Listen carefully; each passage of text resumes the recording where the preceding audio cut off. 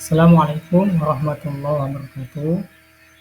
Pada video pembelajaran kali ini, kita akan melanjutkan pembahasan untuk struktur data dari Python yang selanjutnya. Yang kita akan bahas adalah struktur data queue atau antrian. Ya. Jadi, antrian ini sama halnya dengan antrian kita ataupun antrian dari sebuah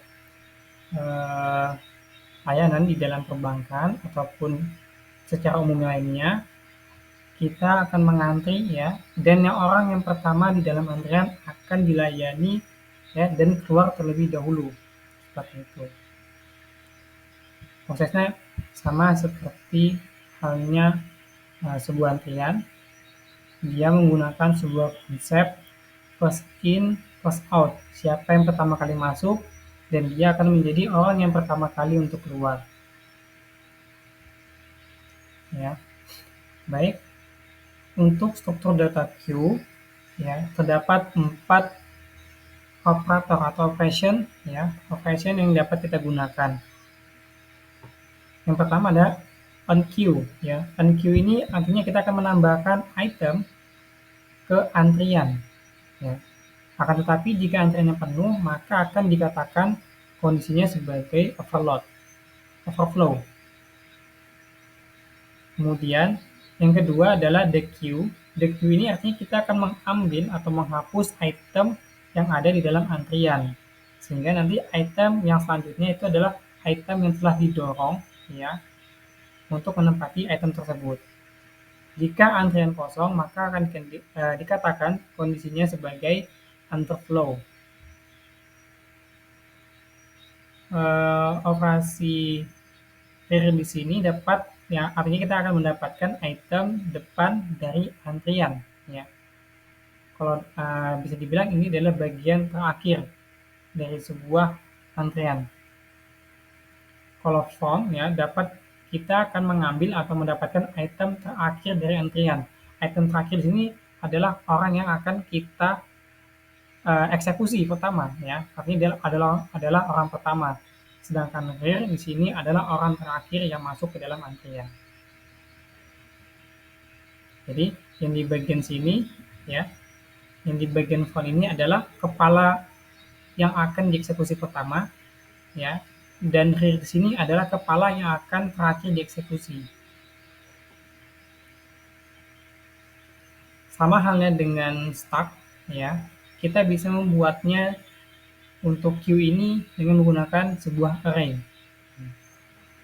Karena dengan menggunakan sebuah array atau list ya, di sini kita untuk menambahkan masih menggunakan fungsi append ya, tidak menggunakan fungsi put karena itu tidak termasuk dalam operation di dalam sebuah list.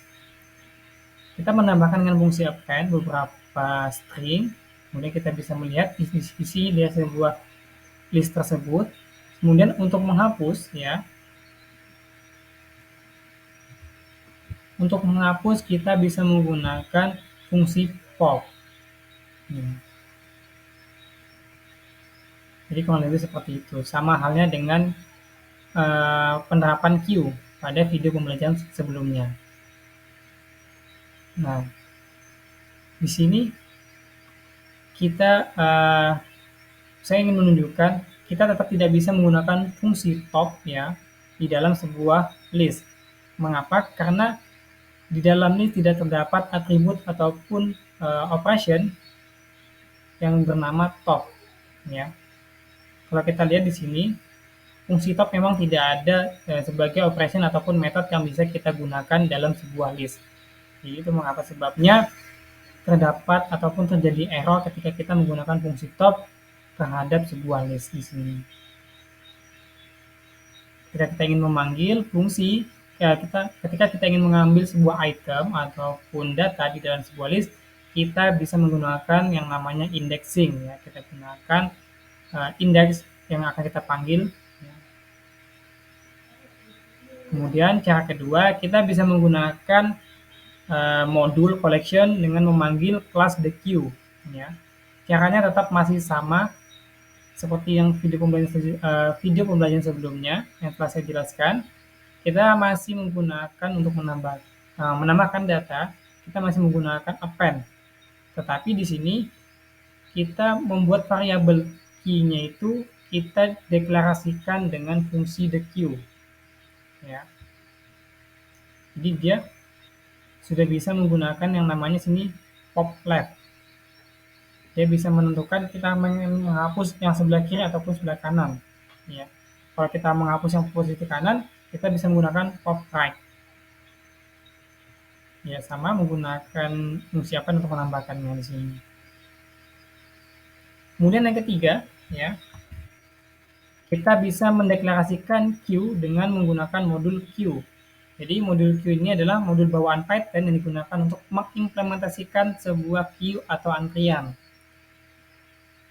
Di sini terdapat sebuah metode ataupun operation dari modul queue, yakni maxSize. Ya, maxSize ini digunakan untuk menginisialisasi sebuah variabel, ya, untuk menentukan variabel ini mau kita beri nilai maksimumnya berapa. Ya.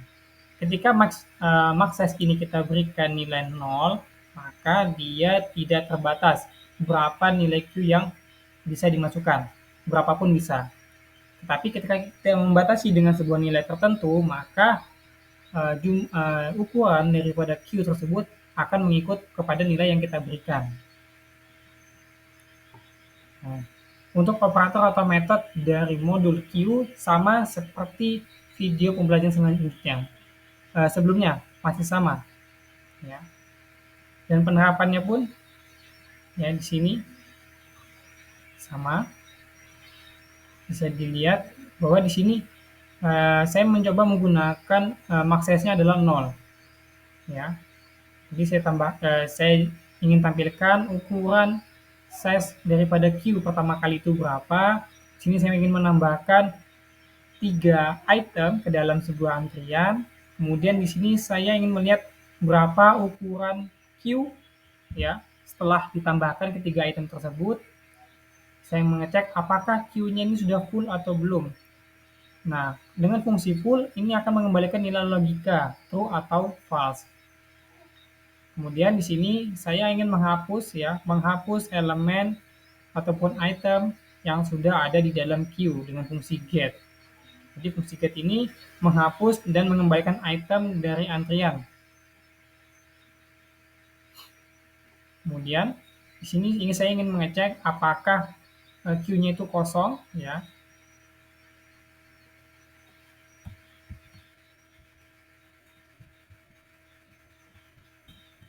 Yang ini untuk mengecek apakah Q-nya itu full. Nah, saya jalankan.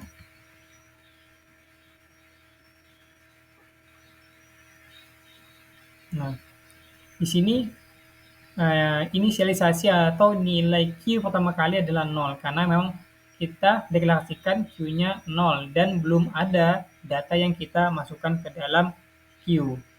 Setelah kita lakukan penambahan 3 item, maka size-nya berubah menjadi 3. Ya. Apakah statusnya penuh? Ya, karena ini statusnya menjadi tidak, ya, karena kita memberikan nilai maxSize-nya adalah 0. Ketika kita membatasi maxSize-nya adalah 3, maka di sini akan menjadi true. Nah, sedangkan ini adalah elemen-elemen yang dihapus dari Q, ya. Dimulai dari elemen yang pertama, ya. Elemen pertama yang ditambahkan. Kemudian sini melihat apakah Q-nya kosong, ya. Karena sudah dihapus ketiganya, maka hasilnya akan true.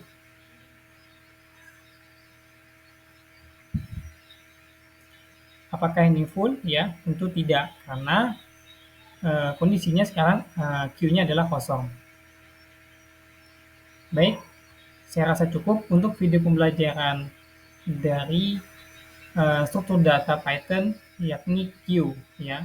Selanjutnya kita akan membahas struktur data lain di bahasa pemrograman Python pada video pembelajaran ataupun pertemuan selanjutnya di kelas. Terima kasih. Semoga bermanfaat dan silakan dipelajari lebih lanjut. Assalamualaikum warahmatullahi wabarakatuh.